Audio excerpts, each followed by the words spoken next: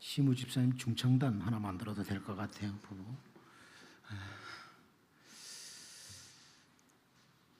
우리가 언제나 하나님 면전에서 사는 하나님의 백성들인데요, 눈을 만드시고 귀를 만드신 하나님께서 우리를 바라보시고 우리가 하는 말에 귀를 기울이시는데, 그 하나님이 정말 어떤 우리의 말을 기뻐하실까? 누군가를 향해 손가락질하고 비난하고 조롱하고 이런 말을 절대 기뻐하실 리가 없죠. 여러분이 오늘 이 시간에 하시는 걸 기뻐하실 텐데, 축복해 주십시오. 격려해 주십시오. 칭찬해 주십시오. 하나님이 기뻐하실 겁니다. 같이 한번 나누겠습니다.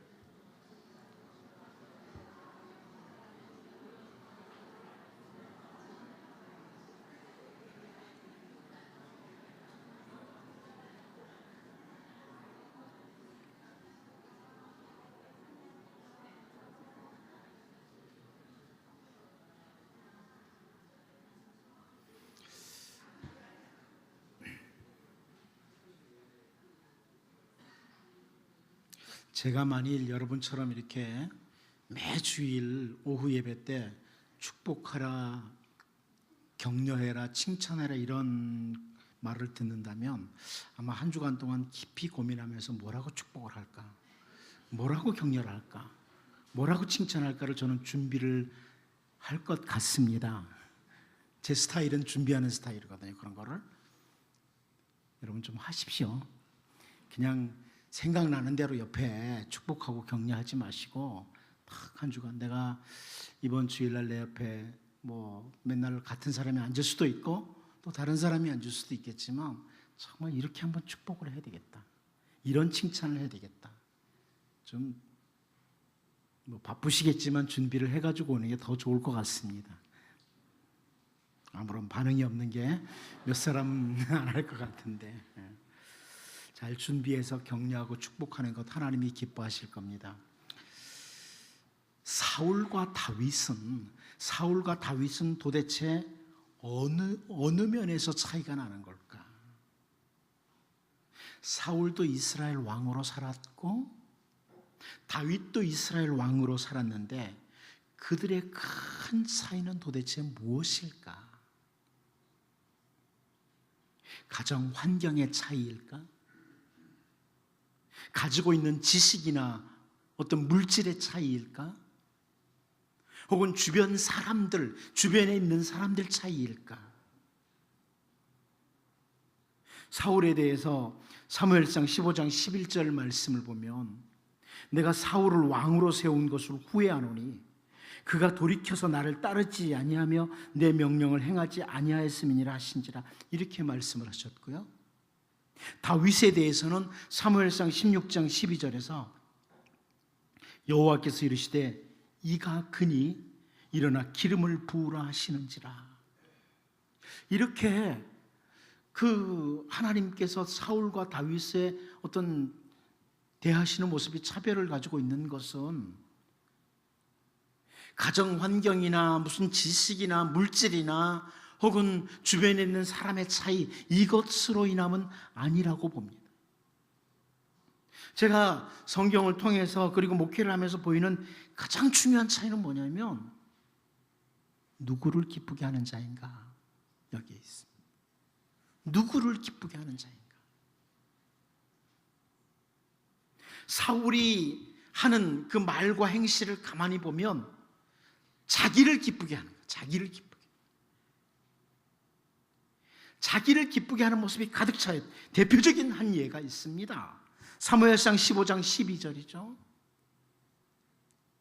사무엘상 15장 12절 말씀을 보면, 사무엘이 사울을 만나려고 아침에 일찍이 일어났더니 어떤 사람이 사무엘에게 말하여 이르되 사울이 갈멜에 이르러 자기를 위하여 기념비를 세우고 발길을 돌려 길갈로 내려갔다 하는지라, 이렇게 설명하고 있습니다.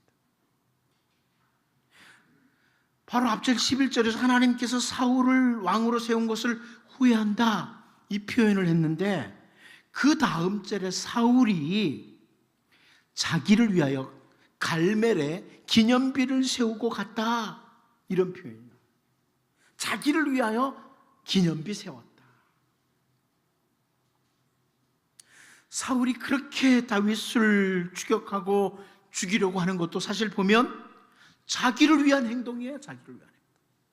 자기를 위해서, 자기 가족을 위해서, 자기를 위해서.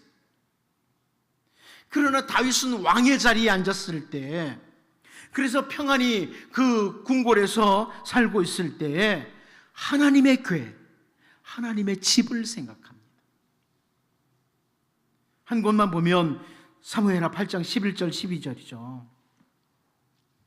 다윗 왕이 그것도 여호와께 드리되 그가 정복한 모든 나라에서 얻은 은금 곧 아람과 모압과 암몬 자손과 블레셋 사람과 아말렉에서 얻은 것들과 소바 왕 르홉의 아들 하닷 에셀에게서 노력한 것과 같이 드리니라.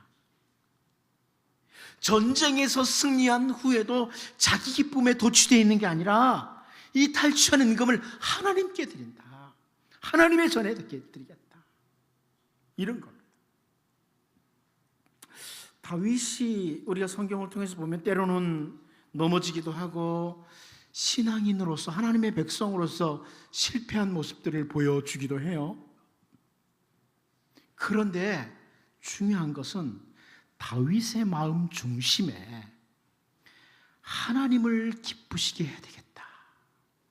이게 자리를 잡고 있어요. 하나님을 기쁘시게 해야 되겠다. 이게 자리를 잡고 있는 거예요. 여러분, 우리가 신앙인으로 하나님의 백성으로 살다가 넘어질 때도 있어요. 실패할 때도 있어요. 완벽하지 못해요. 그러나 우리가 놓치지 말아야 될 게 뭐냐면 우리는 나를 기쁘게 하는 자가 아니라 하나님을 기쁘게 하는 자, 이걸 마음 중심에서 놓지 말아야 된다는 거예요. 하나님을 기쁘시게 하는 자, 이걸 마음 중심에서 떠나지 않도록 늘 생각을 해야 되는 겁니다. 그러니까 우리가 말을 한마디 할지라도 이것이 하나님이 기쁘게 받으실 만한 건가? 한 가지 행동을 할지라도 이거 정말 하나님이 기뻐하실까? 내가 어떻게 하는 것을 하나님이 기뻐하실까? 이걸 생각을 해야 된다는 거죠. 우리는 오늘 본문에서 가사에 대하여 경고를 하시는 하나님을 보게 됩니다. 이 가사, 이 블레셋 사람들이 보면은 계속해서 이스라엘의 원수고 또 자기들의 기쁨을 위해서 이스라엘을 괴롭히고 공격했던 사람들이 블레셋 사람들이에요. 그들에 대해서 경고하는 이 말씀을 오늘 본문을 살피면서 우리는 우리를 좀 돌아보되 나는 누구를 기쁘게 하면서 살아가는 자인가? 이 블레셋, 가사와 같은 블레셋 사람들은 자기를 기쁘게 하기 위해서 막 이스라엘 백성들이 농사를 져서 어느 정도 되면 와서 공격하고 막 이런 그렇게 살았던 사람들이에요. 우리는 나는 이방인들처럼 그렇게 자기를 기쁘게 하는 자인가? 아니면 하나님의 백성으로서 하나님을 기쁘게 하면서 살아가는 자인가 돌아보자는 겁니다. 사울이나 블레셋 사람처럼 자기의 기쁨을 위해서 어떤 일을 행하는 자인지 아니면 다윗이나 바울처럼 주님을 위해서 주님을 기쁘게 하는 자로서 마음에 가득 채워져 있는지를 돌아보면서 여러분 한 주간 또 기도할 수 있기를 바랍니다. 첫 번째로 우리는 오늘 본문에서 하나님께서 귀중히 여기시는 이것을 보게 됩니다. 우리 6절을 같이 한번 읽어보도록 하겠습니다. 6절을 같이 한번 읽어봅니다. 시작. 여호와께서 이와 같이 말씀하시되 가사의 서너 가지 죄로 말미암아 내가 그 벌을 돌이키지 아니하리니 이는 그들이 모든 사로잡은 자를 끌어 에돔에 넘겼습니다. 자, 여기 가사 이렇게라고 나오는데 가사는 블레셋의 그 성읍 가운데 하나입니다. 블레셋은 5개의 큰 성읍을 가진 나라죠. 우리가 성경을 통해서 자주 보는 아스돗, 아스글론, 에글론, 가드, 가사, 이 5개의 성읍을 중심한 나라예요. 그런데 다메섹이 아람을 대표하듯이 가사는 블레셋을 대표하는 도시이기도 합니다. 이 가사는 블레셋에서 가장 큰 도성일 뿐만 아니라 교통의 중심지이기도 했습니다. 그러다 보니까 이 가사는 노예시장의 중심지이기도 했습니다. 인간을 물건처럼 팔아치우는 하나의 상품으로 취급했던 대표적인 장소가 바로 가사였다고 학자들이 주장을 합니다. 하나님께서 정말 귀중히 여기는 것 중에 하나가 바로 생명이에요. 생명. 여러분, 하나님께서는 생명을 아주 귀중히 여기십니다. 제가 가끔 그런 말씀드리지만 불교에서만 살생유택 이렇게 말하는 게 아니고요, 하나님이 만드신 것을 함부로 죽이는 것은 생각해 보셔야 됩니다. 우리의 필요를 따라 우리에게 또 때로는 고기도 먹도록 하시기도 하지만 우리가 생명을 이유 없이 필요 없이 죽일 필요는 없습니다. 하나님은 생명을 귀중히 여기세요. 특별히 사람의 생명을 아주 귀히 여기십니다. 사람의 생명을 귀중하게 여기세요. 그런데 가사, 이 블레셋 사람들은 오늘 본문 6절 말씀에서 이는 그들이 모든 사로잡은 자를 끌어 에돔에 넘겼음이라 이렇게 말씀하고 있습니다.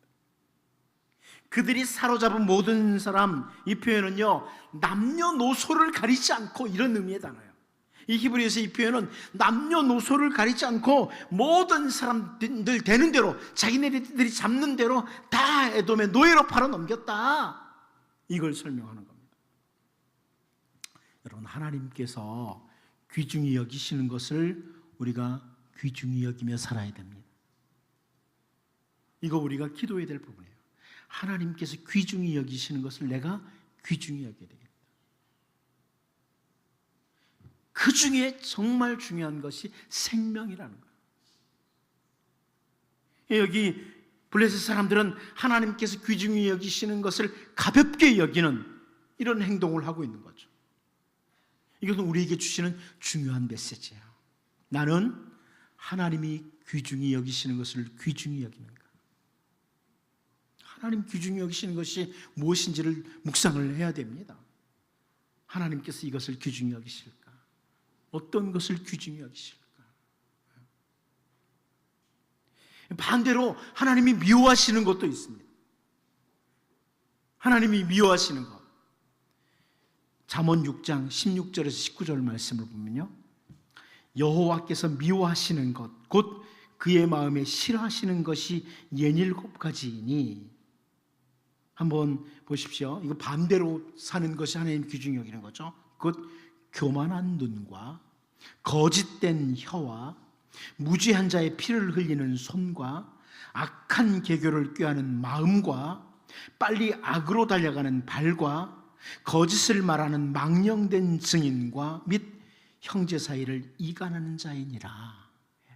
하나님이 미워하시는 것. 여러분, 가사에 대한 경고를 보면서요, 우리가 기도하고 다짐해야 될 것이 있습니다. 하나님께서 귀중히 여기시는 것, 하나님이 미워하시는 것을 잘 분별할 수 있도록 먼저 기도해야 돼요.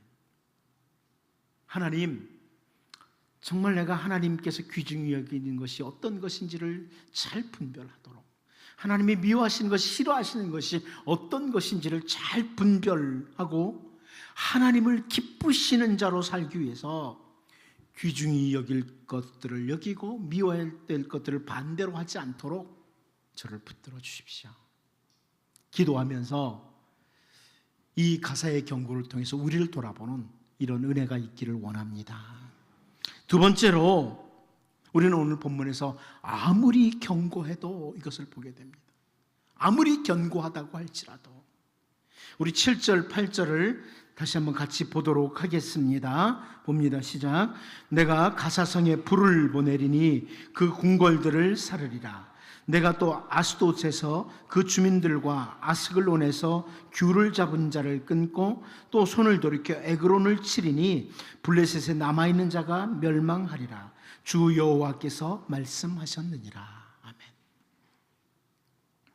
여러분, 이 구절을 읽는 이스라엘 백성들 가운데는요, 이 블레셋 성읍들의 이름만 들어도 이름이 주는 두려움이 있을 수 있습니다. 블레셋 성읍의 이름들, 그 정도예요. 블레셋 성읍의 이름만 들어도 두려움이 찾아올 만한 이런 것을 느끼는 사람들도 있을 정도입니다. 여기 가사에 대해서 특별히 가사성이라고 하고 있어요. 히브리 성경에서 가사성 이렇게 특별히 말하고 있는데, 이 가사가 얼마나 견고한 성인지를 보여주는 그런 표현이에요. 그런데 아무리 대단한 가사 혹은 아스돗 이런 곳도 하나님께서 불을 보내시고 멸망시키실 때 아무것도 아니라는 거예요. 아무것도 아니라는 거예요. 블레셋의 거인이었던 골리앗, 블레셋의 거인이었던 골리앗이 사울과 이스라엘 백성들로 하여금 정말 주눅이 들도록 만들고 두려워서 떨도록 만들었었거든요. 그런데 다윗이라는 소년의 물맷돌 한 개로 정말 가볍게 그 거대한 골리앗이 쓰러집니다. 마찬가지예요.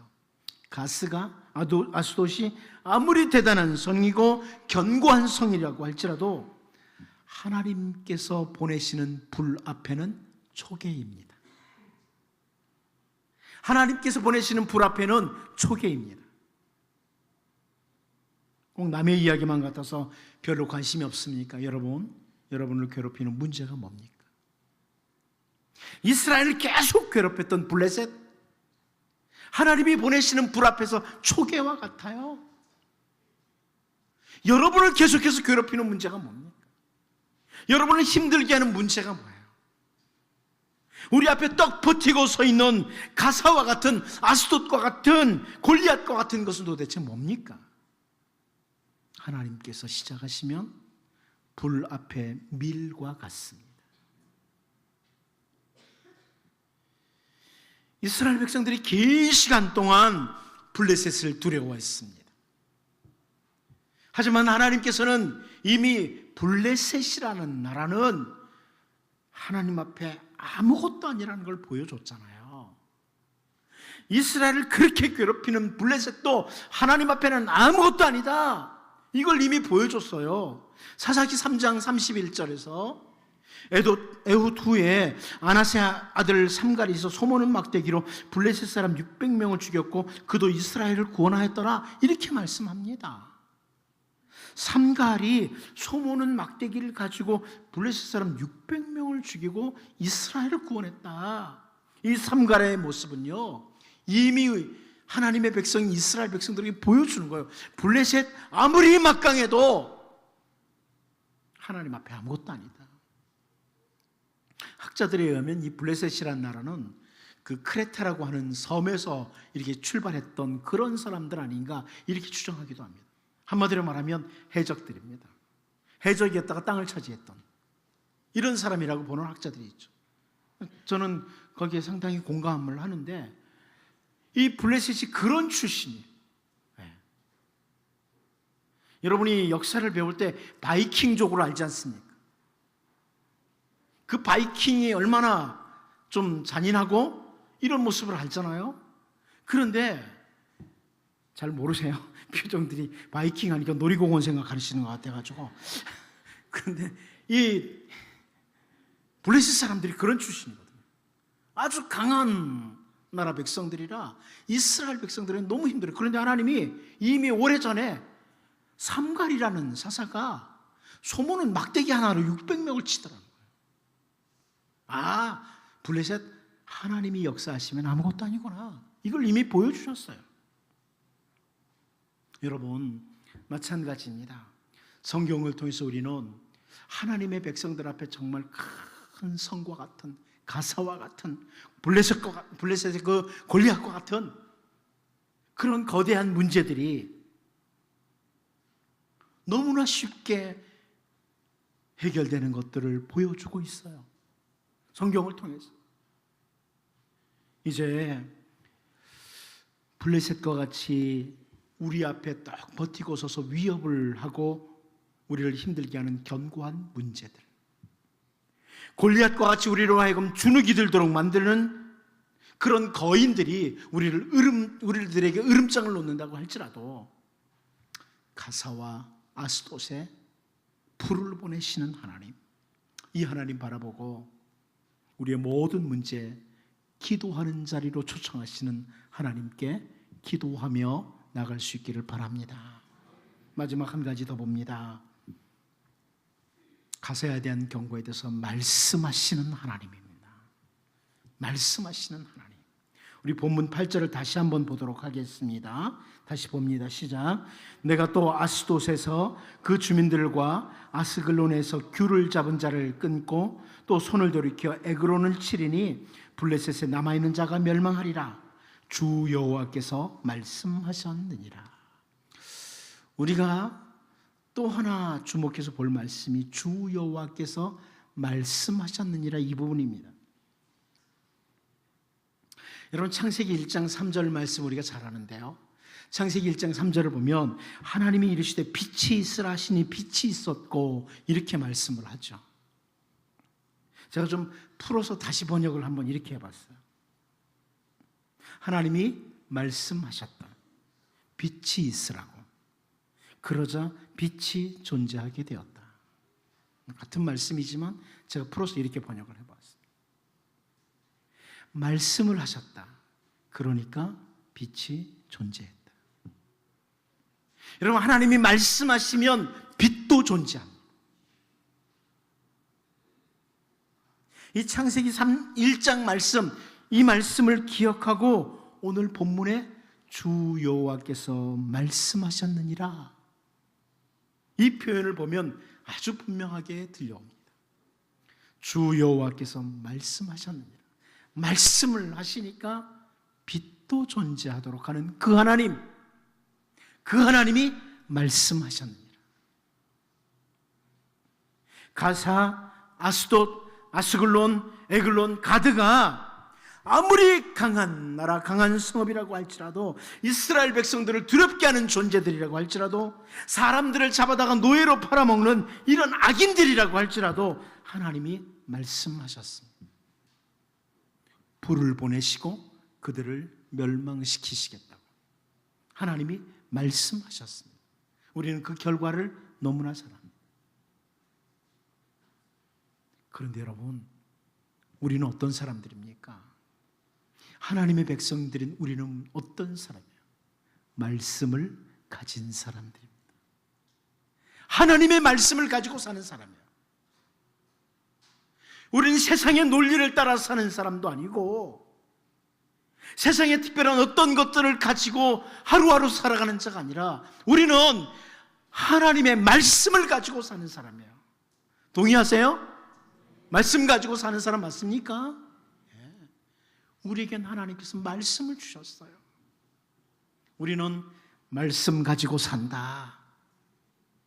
그럼 말씀에 대해서 어떤 자세를 가져야 되냐? 나오죠. 그 능력의 말씀, 말씀하시면 빛도 존재하게 되고 말씀하시면 가사도 멸망당하는 그 말씀에 대한, 하나님의 말씀에 대한 나의 자세. 올해 우리 교회의 표처럼 그리스도인의 삶은 온 마음을 기울여 말씀을 따르는 삶입니다.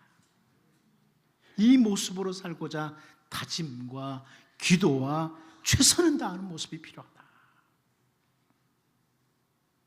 여러분, 우리 시편 119편 2절을 쉬운 성경으로 한번 읽어보도록 하죠. 앞에 있습니다. 한번 읽어보도록 하겠습니다. 시작. 여호와의 법규들을 지키는 자들은 복 있는 사람입니다. 마음을 다해 여호와를 찾는 자들은 복 있는 사람입니다. 여러분, 말씀을 가진 우리는 이미 복 있는 사람들입니다.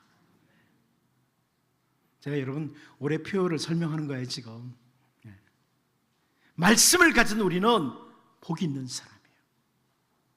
다시 시편 119편 14절도 보겠습니다.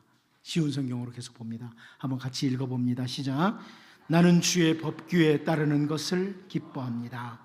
재산을 많이 가지는 것보다 더 좋아합니다. 아멘. 진짜로 아멘입니까? 말씀보다는 그래도 돈 많이 더 갖고 싶지 않아요? 이거 우리의 고백이 되었으면 좋겠습니다. 하나님, 나는 하나님의 말씀 따르는 것 기뻐합니다. 재산을 아무리 많이 가지는 것보다 더 좋아합니다. 올해 표의 내용입니다. 마지막 한 가지 더 볼까요? 시편 119편 112절입니다. 같이 봅니다. 시작. 내가 주의 명령들을 지키기로 마음을 확실히 정합니다. 바로 마지막 순간까지 주의를 기울여 지키려 합니다. 아멘. 같이 한번 기도하죠. 이 시간 기도할 때 하나님께서 귀중히 여기시는 것, 미워하시는 것 잘 분별하게 도와주십시오. 그리고 나를 기쁘게 하는 자가 아니라 하나님을 기쁘시게 하는 자로 살게 도와주십시오. 블레셋과 같이 우리 앞에 떡 버티고 서 있는 오늘의 문제들, 골리앗과 같이 우리로 하여금 주눅이 들도록 만드는 그런 문제들, 가사에 불을 보내시는 하나님 바라보게 도와주십시오. 이 모든 문제가 하나님께 있음을 기억하고 기도하게 도와주십시오. 우리는 말씀을 가진 자들인데 올해 교회의 표처럼 그리스도인의 삶은 온 마음을 기울여 말씀을 따르는 삶이라는 이 모습, 정말 최선을 다해 달려갈 수 있도록, 이렇게 삶을 살아갈 수 있도록 도와주십시오. 한번 같이 기도하도록 하겠습니다. 하나님, 우리 아버지, 시간 하나님 앞에 기도합니다. 하나님이여, 사울처럼 나를 기쁘게 하는 자가 아니라 정말 하나님을 기쁘시게 하는 자로 살기 위해서 하나님이 정말 귀중히 여기시는 것, 하나님이 기뻐하시는 것을 분별하게 하시고, 하나님 정말 하나님 귀중히 여기는 자, 하나님 기뻐하시는 자로 살 수 있도록 주님 도와주옵소서. 어떤 문제가 하나님의 우리 앞에 있다고 할지라도 기도하라는 하나님의 기도의 초청장인 줄 알게 하시고 기도하며 나가게 하시고, 우리 교회처럼 말씀 가진 자로 온 마음 기울여 말씀 따르는 그런 하나님의 사람으로, 주님의 백성으로 하나님 살게 하여 주옵소서. 하나님 주옵소서.